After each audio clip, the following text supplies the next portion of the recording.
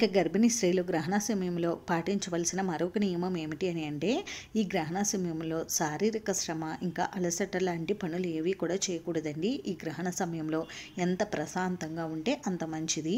మీరు ఏదైనా గదిలో కూర్చుని కానీ పడుకుని కానీ ఉండవచ్చు. అంటే ఒకవైపుకి పడుకుని ఉండవచ్చు. పడుకోవడం అంటే నిద్రపోకూడదండి, జస్ట్ ఒక వైపుకు పడుకుని ఉండాలి. ఇలా పడుకుని ఉన్నప్పుడు మీకు ఈ సమయంలో ఎంత వీలు ఉంటే అంత దైవనామస్మరణ చేసుకుంటే చాలా మంచిదండి. మీ ఇష్ట దైవాన్ని కానీ ఓం నమ శివాయ అనే పంచాక్షర మంత్రాన్ని కానీ, లేదు అంటే మహామృత్యుంజయ మంత్రాన్ని కానీ, లేదు అంటే ఓం నమో నారాయణాయ అనే మంత్రాన్ని కానీ పఠిస్తూ మనసులోనే పఠిస్తూ మీరు దైవనామస్మరణ చేసుకోవచ్చు. ఇంకా గ్రహణ సమయంలో గర్భిణీ స్త్రీలు సెల్ ఫోన్లు, ల్యాప్టాప్లు ఇంకా టీవీలు చూడడం లాంటివి కూడా చేయకూడదండి. ఎందుకంటే వాటి నుండి వెలువడే రేడియేషన్ గర్భస్థ శిశువు పైన పడే ఛాన్స్ ఎక్కువగా ఉంటుంది. అందుకని మీరు ఈ సమయాల్లో సెల్ ఫోన్లు కానీ ల్యాప్టాప్లు కానీ టీవీ చూడాలనుకునే వారు కొద్దిగా దూరంగా కూర్చుని చూడవచ్చండి. ముఖ్యంగా ఈ గ్రహణ సమయంలో ఇవేమీ కూడా చూడకుండా ఉంటేనే మంచిది. మనకి ఏ గ్రహణం ఏర్పడినా, అంటే చంద్రగ్రహణం కానీ సూర్యగ్రహణం కానీ ఇలా ఏ గ్రహణాలు ఏర్పడినా గర్భిణీ స్త్రీలు ఈ నియమాలు జాగ్రత్తలు అయితే తప్పకుండా తీసుకోవాలండి.